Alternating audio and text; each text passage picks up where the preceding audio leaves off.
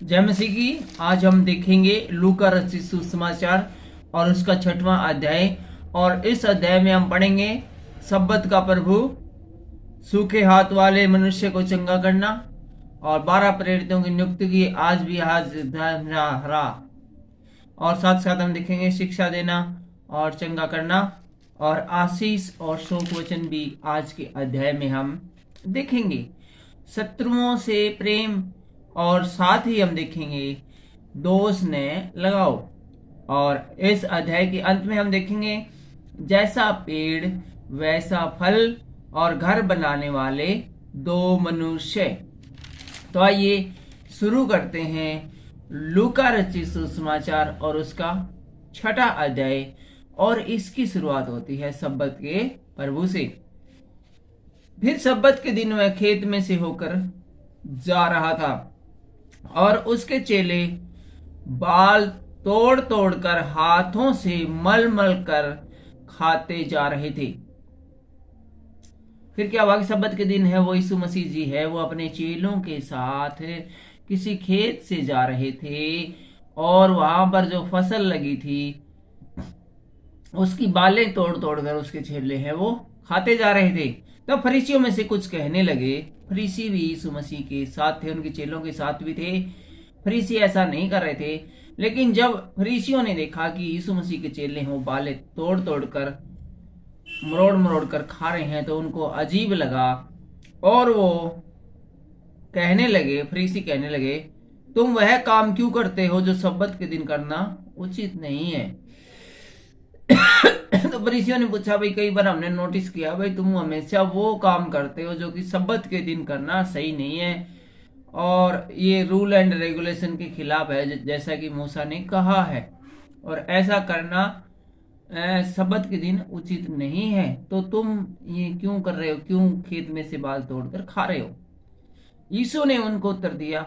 सवाल उन्होंने चेलों से किया, उत्तर है वो यीशु देते हैं। यीशु ने क्या उत्तर दिया, क्या तुमने यह नहीं पढ़ा कि दाऊद ने जब वह और उसके साथी भूखे थे तो क्या किया।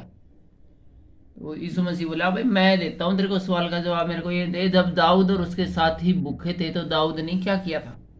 वह कैसे परमेश्वर के घर गया और भेंट की रोटियां लेकर खाई और उन्हें खाना याजकों को छोड़ और किसी को भी उचित नहीं था। तो यीशु मसीह बताते हैं कि याद तो होगा आपको, पुराने नियम में हमने देखा था कि दाऊद जब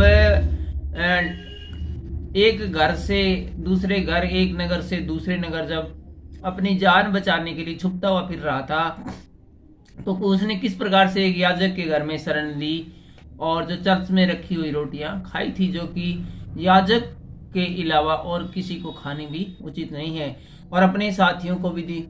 खुद तो उसने खाई और अपने साथियों को दी। और उसने उनसे कहा, मनुष्य का पुत्र सब्बत के दिन का भी प्रभु है।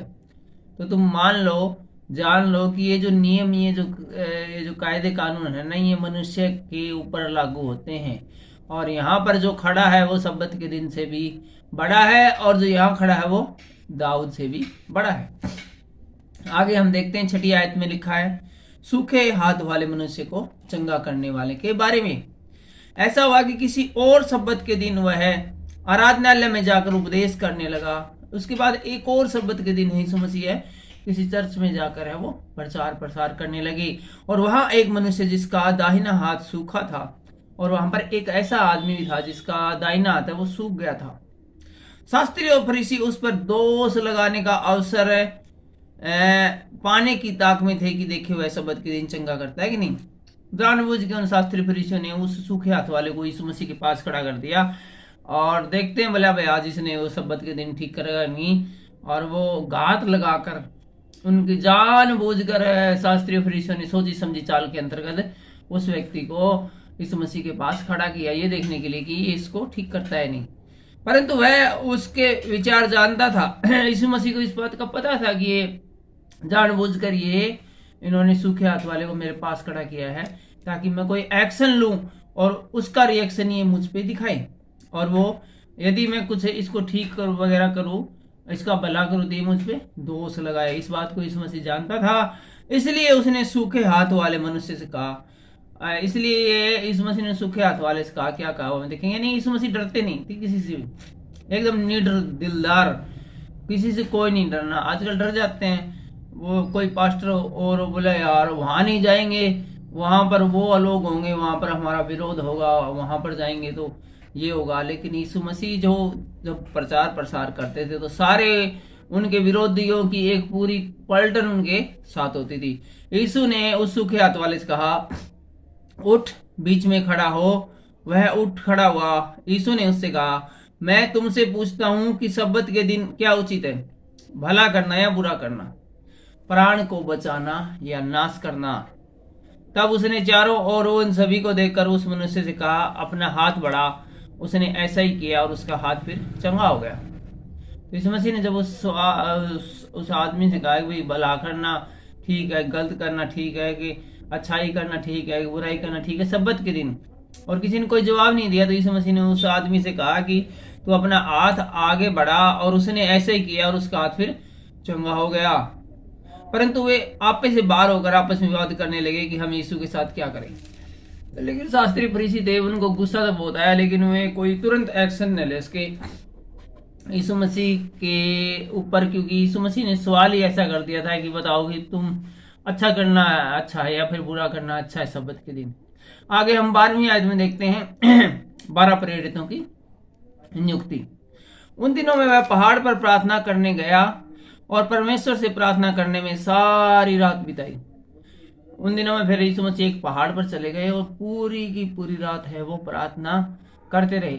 यहाँ पर एक बात नोट करने वाली है कि जब यीशु मसीह जो परमेश्वर का बेटा है, उसको जब पूरी रात प्रार्थना करने की जरूरत महसूस हुई, तो आप और हम क्या है, क्या हमें भी इसी प्रकार से पूरी रात या फिर कुछ रातें हैं वो प्रार्थना करने की जरूरत नहीं है? इस बारे में जरूर सोचना, और जरूर आप इस वचन को पढ़कर एक पूरी रात है वो प्रार्थना में बिताना। 12वीं आयत दोबारा से पढ़ देता हूँ। लूका रचित सुसमाचार का हम 6वां अध्याय पढ़ रहे हैं। 12वीं आयत में लिखा है, उन दिनों में वह पहाड़ पर प्रार्थना करने गया और परमेश्वर से प्रार्थना करने में सारी रात बिताई। आप में से, हम में से कितने सारे लोग हैं जो प्रार्थना करने में सारी रात बिताते हैं? हमने बहुत सी जगह देखा है कि यीशु मसीह है वो पूरी रात उन्होंने प्रार्थना की है। आज समय है, आ गया है कि आप और हम भी इसको ट्राई करें और देखें कि जब हम पूरी रात प्रार्थना करते हैं तो हमें कितनी ब्लेसिंग मिलती है। और यकीन मानिए दोस्तों, हमें इसकी जरूरत है। आप जरूर ट्राई करना, मैं भी ट्राई करता हूं, और मैंने ऑलरेडी कुछ दिन पहले, लगभग 20 दिन पहले इसको ट्राई किया था। और रात को 10 बजे से लेके और सुबह हमने 5 बजे तक 7 घंटे की प्रेयर मीटिंग रखी थी। इसी चैनल पर आप वीडियो में पीछे जाके देखोगे तो आपकी इसकी लाइव की पूरी रिकॉर्डिंग मिल जाएगी। आप भी उस प्रार्थना को देख सकते हैं और इसी प्रकार से आप भी अपने किसी फ्रेंड के साथ मिलकर पूरी रात प्रार्थना कर सकते हैं। आइए आगे बढ़े। जब दिन हुआ तो उसने अपने चेलों को बुलाकर उनसे बाहर जब दिन हुआ तो यीशु मसीह ने अपने सभी चेलों को बुलाया और उनमें से 12 को चुन लिया और उनको प्रेरित कहा। तो यहाँ पर हम देखते हैं कि यीशु मसीह ने 12 प्रेरितों की नियुक्ति कर दी है और उनके नाम ये है। समोन, जिसका नाम उसने पतरस भी रखा, उसका भाई अंद्रियास और याकूब और यूहन्ना और फिलिपुस और बरतुल्मे और मती और थोमा और हलफई का पुत्र याकूब और समोन जो जेलोतेस कहलाता है और याकूब का बेटा यहूदा और यहूदा इस्करियोता को, जो कि उसको पकड़ाने वाला भी बना। हम आ चुके हैं 17वीं आयत में और यहाँ का शीर्षक है शिक्षा देना और चंगा करना। तब वह उनके साथ उतरकर चौरस जगह पर खड़ा हुआ और उसके चेलों की एक बड़ी भीड़ और सारे यहूदिया, यरूशलेम, सूर और सैदा के समुद्र के किनारे से बहुत लोग जो उसकी सुनने और अपनी बीमारियों से चंगा होने के लिए उसके पास आए थे, वहां थे। यीशु मसीह एक चौरस जगह पर आकर खड़ा हो गया था और उसके साथ में एक बड़ी भीड़, बहुत बड़ी भीड़ है वो लोगों की खड़ी थी, जिसमें कि बहुत सारे देशों के, सारे यहूदिया के, यरूशलेम के, सूर और सैदा के और समुद्र के किनारे के कितने सारे लोग ही उसके चारों ओर अपने आप को चंगा करने के लिए, अपने रिश्तेदारों को चंगा करने के लिए वे लोग यीशु मसीह के पास आते थे। और अशुद्ध आत्माओं से सताए हुए लोग भी वहां पर थे, और ये सब लोग जो अशुद्ध आत्मा सताए हुए थे यहाँ पर यीशु मसीह के द्वारा अच्छे किए जाते थे। सब उसे छूना चाहते थे, क्योंकि उसमें से सामर्थ्य निकलकर सबको चंगा करती थी। सबकी बस एक ही कोशिश रहती थी, वे किसी प्रकार यीशु मसीह को थोड़ा सा टच कर लें बस, और जैसे ही टच करूंगा मेरे रोग चंगे हो जाएंगे। जिस प्रकार की आपने देखा होगा कि आप गलती से भी बिजली को टच कर ले तो करंट मारकर पूरे शरीर को एक अलग तरह की वाइब्रेशन है वो पैदा कर देती है। वाइब्रेशन मोबाइलों में देखा हुआ आती है, तो इस वाइब्रेशन का जो निर्माण किया गया है वो इस जो जब मनुष्य का शरीर किसी करंट को छूते हैं तो उसको देखते हुए किया गया है। तो इसी प्रकार से परमेश्वर के अंदर से करंट की तरह ही एक सामर्थ्य निकलती थी, जो कि बड़े से बड़े रोग को भी तुरंत चंगा कर देती थी। सामर्थ्य तो मूसा के मुंह से भी निकलती थी, जब वो मंदिर से बाहर नहीं निकलता था। जो मंदिर का जो मुख्य स्थान था वहां से परमेश्वर से बातें करके जब लौटता था तो उसके मुंह से चिंगारियां निकलती थी, लेकिन उन चिंगारियों के द्वारा कोई आशीषित नहीं होता था, और सिर्फ परमेश्वर से बात करने के बाद ही मूसा के साथ ऐसा होता था। लेकिन ये जो यीशु मसीह है, इसके अंदर इसको छूने मात्र से ही सब कुछ और बहुत कुछ है हो जाता है, जैसा कि हमने वचनों में देखा है। और ये सब मैं अपनी तरफ से नहीं बता रहा हूँ, ये बाइबल है और सब कुछ इसके अंदर है। चलो आगे देखते हैं आशीष और शोक वचन के बारे में, और ये है 20वीं आयत में। तब उसने अपने चेलों की ओर देखकर कहा, धन्य हो तुम जो दीन हो, क्योंकि परमेश्वर का राज्य तुम्हारा है। यहाँ पर यीशु मसीह अपने चेलों से कहते हैं कि तुम धन्य हो क्योंकि तुम दीन हो, क्योंकि जो दीन लोग होते हैं अर्थात दयावान लोग होते हैं, शरीफ लोग होते हैं, परमेश्वर का राज्य ऐसे ही लोगों के लिए बनाया गया है। धन्य है तुम जो अब भूखे हो, क्योंकि तृप्त किए जाओगे। धन्य है तुम जो अब रोते हो, क्योंकि हंसोगे। तो यहाँ पर यीशु मसीह कहते हैं कि जो भूखे प्यासे हैं और जो रोते हैं, गिड़गिड़ाते हैं, संकट में हैं, वे धन्य हैं, क्योंकि आगे जाकर तुम्हारा एक बड़ा कल्याण होने वाला है जब इस पृथ्वी का न्याय किया जाएगा। धन्य है तुम जब मनुष्य के पुत्र के कारण लोग तुमसे बैर करेंगे और तुम्हें निकाल देंगे और तुम्हारी निंदा करेंगे और तुम्हारा नाम बुरा जानकर काट देंगे। और जो मेरी वजह से तुम्हारे लोग बुराई करते हैं, तुमसे नफरत करते हैं, तो तुम्हारे लिए एक ये पॉजिटिव पॉइंट है, क्योंकि यीशु मसीह के साथ भी उन्होंने ऐसा ही किया था। और कोई किसी मनुष्य को इस कारण से बुरा भला कहता है या उसे नफरत करता है कि वो मसीह है, तो समझो वो उसको नहीं बल्कि मसीह को ही बुरा भला कहता है। उस दिन आनंदित होकर उछलना, क्योंकि देखो तुम्हारे लिए स्वर्ग में बड़ा प्रतिफल है। उसके बाप दादे भविष्यवक्ताओं के साथ भी वैसे ही किया करते थे। परंतु हाय तुम पर जो धनवान हो, क्योंकि तुम अपनी शांति पा चुके हो। हाय तुम पर जो अब तृप्त हो, क्योंकि भूखे होंगे। हाय तुम पर जो अब हंसते हो, क्योंकि शोक करोगे और रोगे। हाय तुम पर जब सब मनुष्य तुम्हें भला कहें, क्योंकि उनके बाप दादे झूठे भविष्यवक्ताओं के साथ भी ऐसे ही किया करते थे। कहने का मतलब ये है कि जो दुखी, परेशान और लाचार अपने आप को महसूस करते हैं, उन्हें ऐसा करने की जरूरत नहीं है, क्योंकि ऑन द फ्यूचर जब परमेश्वर का राज्य आएगा तो ये सब लोग हैं वो भलाई को देखेंगे और खुशियों को प्राप्त करेंगे। लेकिन जो इस जमाने में खुश है, हो सकता है कि वे स्वर्ग के राज्य में प्रवेश न कर सकें, क्योंकि वो एक खुश रहने का या फिर बगैर बात के जबरदस्ती है वो एक पहनावा पहने हुए हैं। तो ऐसे लोगों को स्वर्ग में जगह मिलनी मुश्किल है। जैसा कि हमने अभी परमेश्वर ने जब अपने चेलों को नियुक्त किया 12 प्रेरितों को, उनसे जैसा कहा उसके अनुसार हम आ गए हैं 27वीं आयत में, और यहाँ लिखा है शत्रुओं से प्रेम।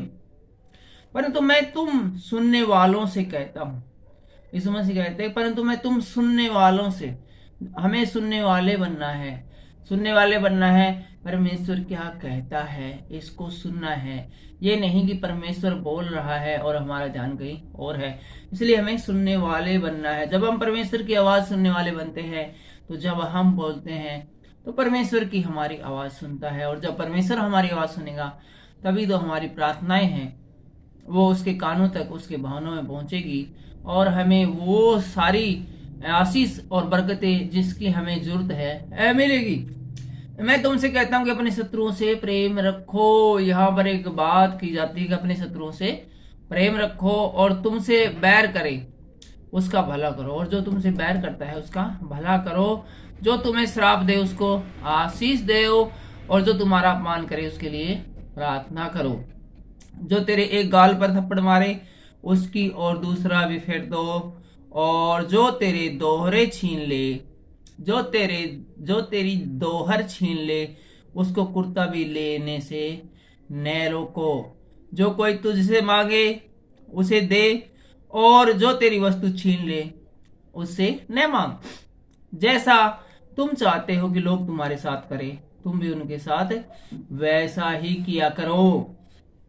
और 32वें आयत में लिखा है, यदि तुम अपने प्रेम रखने वालों के साथ ही प्रेम रखो तो तुम्हारी क्या बड़ाई है, क्योंकि पापी भी अपने प्रेम रखने वालों के साथ प्रेम रखते हैं। तो यहाँ पर लिखते हैं कि भाई तुम किसी से प्यार करते हो, अपनी बेटी से, अपने बेटे से, मम्मी से, पापा से, बुआ से, दादा से, अपने दोस्त से, तो कौन सा भाई तुमने तीर मार लिया, कौन सा बड़ा काम कर लिया। सारे लोग ही ऐसा करते हैं और ये नेचुरली है।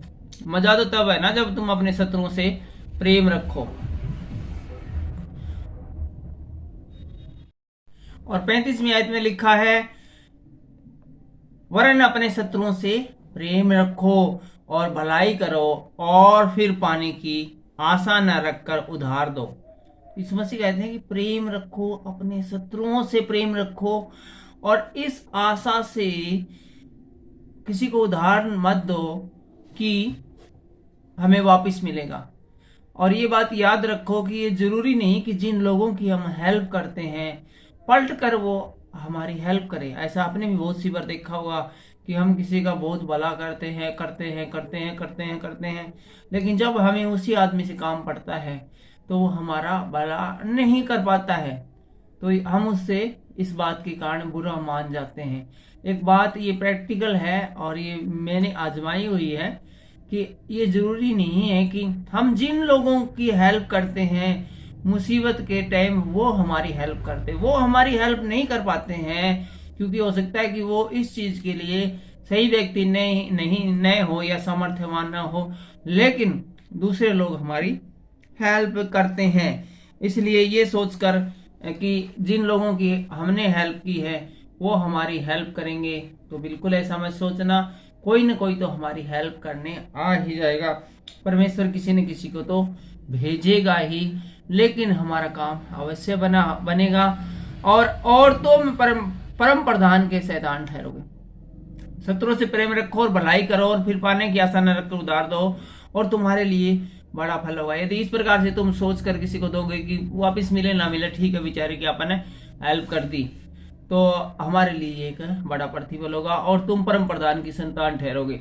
परम प्रधान की संतान यदि हमें ठहरना है, परमेश्वर के पुत्र कहलाना है, तो हमें अपने दिलों को खोलना होगा, उसे चौड़ा करना होगा, उसे मजबूत करना होगा, अपने आप को दयालु बनाना होगा, तभी हम परमेश्वर की संतान ठहरेंगे। यदि हर चीज में हम अपना लाभ देखने लग गए तो फिर ये संभव नहीं है। फिर तो डायरेक्ट हम हैं शैतान बनने के और होंगे, क्योंकि शैतान ही सिर्फ अपना भला सोचता है, और अपना भले के साथ में वो दूसरों का बुरा भी सोचता है, क्योंकि वह उन पर जो धन्यवाद नहीं करते और बुरों पर भी कृपालु है। जैसा तुम्हारा पिता दयावंत है वैसा ही तुम भी दयावंत बनो। तो यहाँ पर कहते हैं जिस प्रकार तुम्हारा पिता दयालु है, दयावंत है, बड़े दिल वाला है, इसी प्रकार तुम भी वैसे ही बनो। और आगे हम आ गए हैं 32वीं आयत में, 37वीं आयत में, और यहाँ का शीर्षक है दोष न लगाओ। दोष मत लगाओ तो तुम पर भी दोष नहीं लगाया जाएगा। दोषी न ठहराओ तो तुम भी दोषी नहीं ठहराओगे। तो यहाँ पर स्पष्ट रूप से बता दें, किसी पर भी दोष लगाने की जरूरत नहीं है, हमें सेल्फ जज बनने की जरूरत नहीं है। हम कौन है जो किसी को से कहे कि तेरे में ये कमी है, तेरे में वो कमी है।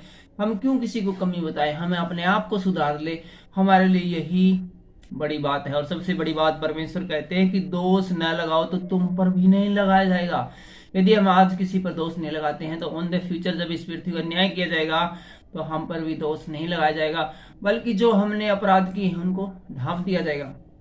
क्षमा करो तो तुम्हें भी क्षमा किया जाएगा। क्षमा करने वाले बनने हैं, हमें माफ करने वाला बनना है, अपने हृदय को, अपने दिलों को इतना नरम करना है कि हम बड़ी से बड़ी बात के लिए भी किसी को क्षमा कर सकें, क्योंकि गलती कोई भी कर सकता है और कोई लालच में आकर भी गलती कर सकता है। दिया करो तो तुम्हें भी दिया जाएगा, और लोग पूरा नाप दबा दबा कर और हिला हिला कर उभरता हुआ तुम्हारी गोद में डालेंगे। तो यहाँ पर किसी की हेल्प करने के बारे में, दान करने के बारे में, किसी जरूरतमंद को कुछ देने के बारे में कहा है कि तुम किसी को दिया दोगे तो तुम्हें भी बहुत बहुत आयत से दिया जाएगा, क्योंकि जिस नाप से तुम नापते हो उसी नाप से तुम्हारे लिए भी मापा जाएगा। अर्थात यदि तुम किसी को कुछ नहीं देते हो और कंजूस बनते हो और तुम सामर्थ्य होकर भी किसी की हेल्प नहीं करते हो, तो जब तुम्हें जरूरत पड़ेगी किसी हेल्प की तो परमेश्वर भी फिर देखेगा कि किसी को हेल्प की जरूरत पड़ी, तुम सामर्थ्यवान थे तो तुमने नहीं दिया और तुमने बच जाना चाहा, तो फिर परमेश्वर ही एक बार को सोच सकता है कि फिर मैं भी रहने दो, मैं भी तुम्हें नहीं देता, क्योंकि तुमने उसको जिसको जरूरत थी नहीं दिया है। इसलिए यदि हम चाहते हैं कि परमेश्वर हमसे खुश रहे तो जैसा परमेश्वर हमसे दयालु, कृपालु और भला मनुष्य बनने के लिए कहते हैं वैसा ही हमें बनना पड़ेगा, और इसमें हमारी ही भलाई है, और इससे इंसान की आयु लंबी होती है और हमसे लोग नफरत भी नहीं करते हैं। 39वीं आयत में लिखा है, फिर उसने उनसे एक दृष्टांत कहा। फिर जो यहाँ पर जो लोग थे जो यीशु मसीह के चेले थे, उनसे यीशु मसीह ने एक दृष्टांत कहा। क्या अंधा अंधे को मार्ग बता सकता है? तो बोले एक बात बताओ, क्या अंधा है, किसी को जाना है 1 किलोमीटर दूर और वो दूसरे अंधे से कहेंगे मुझे वहां छोड़ के आ, और वो यदि वो छोड़ने चला जाए तो क्या दोनों ही गड्ढे में नहीं गिरेंगे? क्या दोनों ही गड्ढे में नहीं गिरेंगे? गिर जाएंगे, क्योंकि अंधे को मार्ग कैसे दिखाएगा? चेला अपने गुरु से बड़ा नहीं होता है। यहाँ पर बड़ी ही ये बात विश्वविख्यात है कि चेला कभी भी गुरु से बड़ा नहीं होता है। ये बाइबल सभी जगह बाइबल में से ली गई है। परंतु जो कोई सिद्ध होगा वह अपने गुरु के समान होगा। गुरु के करीब करीब तो पहुंच सकता है, लेकिन अच्छे कार्यों के द्वारा, लेकिन उससे बड़ा नहीं हो सकता, क्योंकि गुरु है वो अपना एक आधा मंत्र छिपा के रखता है। तू अपने भाई की आंख के तिनकों को क्यों देखता है और अपनी ही आंख का लट्ठा नहीं सूझता? भाई अपने भाइयों के, अपने दोस्तों के, अपने आसपास लोगों के छोटे मोटे अपराधों को तू क्यों देखता है? तूने जो बड़े बड़े कांड कर रखे हैं, बड़े बड़े जो क्राइम कर रखे हैं, जो कि तूने गुप्त में किए थे, उनको भी जरा याद कर ले। भाई तू कितना खुद भला है। तो जब तक हम खुद उसी बुराई को करते हैं और यदि दूसरे लोग उस बुराई का एक छोटा सा पार्ट करते तो हम बढ़ चढ़ कर आते, अरे तन्ने योगी करा भाई, तने तो बड़ा बुरा करा भाई, तने तो चाड़ा पाट दिया भाई, पुलिस ने फोन मिलाओ भाई 112 नंबर पे। ये इस प्रकार से हमें दुष्टों वाले काम से बचना है। और 42वें आयत में कहते हैं, जब तू अपनी ही आंख का लाठा नहीं देखता तो अपने भाई से कैसे कह सकता है हे भाई ठहर जा, तेरी आंख से तिनके को निकाल दो। तो यीशु मसीह कहते हैं कि पहले अपने आप को सुधार लो, तुम अपने आप को ठीक कर लो, अपने आप को भले बनाओ, फिर तुम लोगों को ज्ञान बांटना, शिक्षा देना, गूगल बनना, विकिपीडिया बनना, यूट्यूब बनना और लोगों को ज्ञान की बातें सिखाना कि तुम ऐसा करो, तुम वैसा करो, तुम ये करते हो, तुम वो करते हो। पहले अपने आप को तो सुधार लो, उसके बाद तुम लोगों को सुधारने के बारे में कहना। है कपट्टी, पहले अपनी आंख से लट्ठा निकाल, तब जो तिनका तेरे भाई की आंखों में उसे भली भांति देकर निकाल सकेगा। तो हम इस अध्याय के अंतिम पड़ाव में आ गए हैं और हम आ गए हैं 43वीं आयत में। और जैसा पेड़ वैसा फल, कोई अच्छा पेड़ नहीं जो निकम्मा फल लाए। तो इस मसीह बताते हैं कोई भी ऐसा अच्छा पेड़ नहीं है जो निकम्मा फल लाए, और न कोई निकम्मा पेड़ है जो अच्छा फल लाए। आप मेरी बात को समझ गए होगे। सपोज करो कि सेब का फल है तो उसके ऊपर सेब ही लगेंगे, यदि झाड़ी का पेड़ है तो उसके ऊपर बेर ही लगेंगे। ऐसा नहीं होता कि सेब के बेर लग जाए और जो बेर की जो पौधा होता है उसके सेब लग जाए। हर एक पेड़ अपने फल से ही पहचाना है। जो पेड़ होता है, बहुत सारे पेड़ है, तो उसको हम देखकर नहीं बता सकते। 20 पेड़ एक साथ लगे हैं, तो हमसे कोई पूछे कि ये पेड़ बताओ भाई किस चीज का है, हम नहीं बता सकते, क्योंकि जो पेड़ की पहचान उसके फल से लगी है। और सपोज करो कि सभी पेड़ों के फल लगे हुए हैं, तो हम तुरंत बता देंगे जी ये देखो ये सेब का फल है, ये अंगूर का पेड़ है, ये संतरे का पेड़ है, क्योंकि हमें दिखाई दे रहे हैं सामने भी फल लगे हैं। फल लगे, सीधी बात है, हम इस बात को मान के चलते हैं। यदि सेब किसी पेड़ पर दिखाई दे रहे हैं तो सीधा सा हिसाब किताब है कि ये जो पेड़ है ये सेब का ही है। क्योंकि लोग झाड़ियों से अंजीर नहीं तोड़ते और न जड़बेरी से अंगूर। भला मनुष्य अपने मन के भले भंडार से भली बातें निकालता है, और बुरा मनुष्य अपने मन के बुरे भंडार से बुरी बातें निकालता है, क्योंकि जो मन में भरा है वही उसके मुंह पर आता है। तो यहाँ पर जो यीशु मसीह ने जो इतनी गूढ़ बात बताई थी, उसका कहने का अर्थ ये है कि यदि हम बुरे हैं तो हमारा जो मुंह है ना, उससे बुरी ही बातें निकलेगी। क्योंकि पेड़, हमारा जो शरीर है, हमारी जो अंतरात्मा है, हमारा जो अंदर शरीर का जो सिस्टम है वो पेड़ है, लेकिन जो हमारा मुंह है ना वो फल है। तो यदि हमारा ये पूरा शरीर है, पूरा सिस्टम है, हमारी सोच है, हमारी अंतरात्मा है, ये यदि बुरी है, तो मुंह से एक बुरा पेड़ हम बन गए, तो हमारा मुंह जो फल है उससे अच्छे वचनों की उम्मीद कैसे कर सकते हैं। इसलिए यीशु मसीह ने कहा है कि बुरा फल बुरे फल लाता है और अच्छा पेड़ अच्छा फल लाता है। इसलिए हमें एक अच्छा पेड़ बनाना है, ताकि हमारे अंदर से अच्छे फल निकले और उन फलों को खाकर लोग आनंदित हो, अर्थात हमारे वचनों से लोग आनंदित हो। और इस अध्याय के अंत में हम देखते हैं घर बनाने वाले 2 मनुष्य के बारे में। जब तुम मेरा कहना नहीं मानते तो क्यों मुझसे हे प्रभु कहते। यीशु मसीह कहते हैं जब तुम मेरी बातों को मानते ही नहीं हो तो क्यों फिर भी ना बात की चमचागिरी कर रहे हो। तुम हे प्रभु कहते हैं, सर जी कहते हुए पूरा दिन तुम क्यों मुझे बोर करते रहते हो। जो कोई मेरे पास आता है और अपनी बातें सुनकर उन्हें मानता है, मेरी बातें सुनकर उन्हें मानता है, मैं तुम्हें बताता हूँ वह किसके समान है। यीशु मसीह कहते हैं जो मेरी बातें सुनता है और उनको अपने ऊपर अप्लाई भी करता है तो वो किसके समान है, मैं आज तुझे बताता हूँ। वह उस मनुष्य के समान है जिसने घर बनाते समय भूमि गहरी खोद कर चट्टान पर नींव डाली, और जब बाढ़ आई तो धारा उस पर लगी, परंतु उसे हिला न सकी क्योंकि वह पक्का था। तो जो प्रभु की बातें सुनकर उनको मानता है वो उस व्यक्ति के समान है जिसने ऊंचाई पर चट्टान के ऊपर घर बनाते समय भी जो घर की नींव हो वो गहरी खोदी। उसने इस कारण से सिर्फ जो भाई ये सोच के भाई मैं चट्टान के ऊपर मकान बना रहा हूँ, मेरे को नींव खोदने की क्या जरूरत है। तो याद रखो नींव खोदने की वहां पर भी जरूरत है यदि हम चट्टान के ऊपर ही मकान बनाना चाहते हैं, नहीं कि सिर्फ जमीन पर मकान बनाते इसमें भी हमें नींव खोदने की जरूरत है। तो यहाँ पर यीशु मसीह बताते हैं कि ये बिल्कुल ऐसी पोजीशन है कि कोई चट्टान के ऊपर मकान बनाए और फिर उसके अंदर गहरी नींव खोदे, जो आंधी तूफान और बाढ़ें आएंगी तो वो उसका कुछ नहीं बिगाड़ पाती। परंतु जो सुनकर नहीं मानता वह उस मनुष्य के समान है जिसने मिट्टी पर बिना नींव घर बनाया, जब उस पर धारा लगी तो वह तुरंत गिर पड़ा और गिरकर उसका सत्यानाश हो गया। परंतु जो मेरी बातें सुनता है उस पर नहीं अमल करता, उसको नहीं मानता, तो वो बिल्कुल उसी मनुष्य के समान है जिसने कि बालू मिट्टी के ऊपर मकान बनाया और सोचा कि यार नींव खोदने की जरूरत है, वैसे ही ऊपर बना दिया। जब आंधी आई, मींह आया, बरसात आई, बाढ़ आई, थोड़ी सी लगती वो ढह गया और सब कुछ बर्बाद हो गया। तो इसलिए हमें परमेश्वर की बातों को मानना है। आज के वीडियो में इतना ही, लेकिन अगले वीडियो में हम देखेंगे लूका रचित सुसमाचार उसका 7वां अध्याय, और इस अध्याय में हम देखेंगे एक सूबेदार का विश्वास और विधवा पुत्र को जीवन दान भी हम देखेंगे, और हम देखेंगे यूहन्ना बपतिस्मा देने वाले का प्रश्न, और फरीसी के घर पापनी स्त्री को समाधान भी हम नेक्स्ट वीडियो में देखेंगे। लेकिन फिलहाल के लिए इतना ही। इस वीडियो से आपको आशीष मिली हो, बरकत मिली हो, तो आप वीडियो को लाइक कर सकते हैं, चैनल को आप सब्सक्राइब भी कर सकते हैं। परमेश्वर आपको आज के वचनों के द्वारा आशीष दे। जय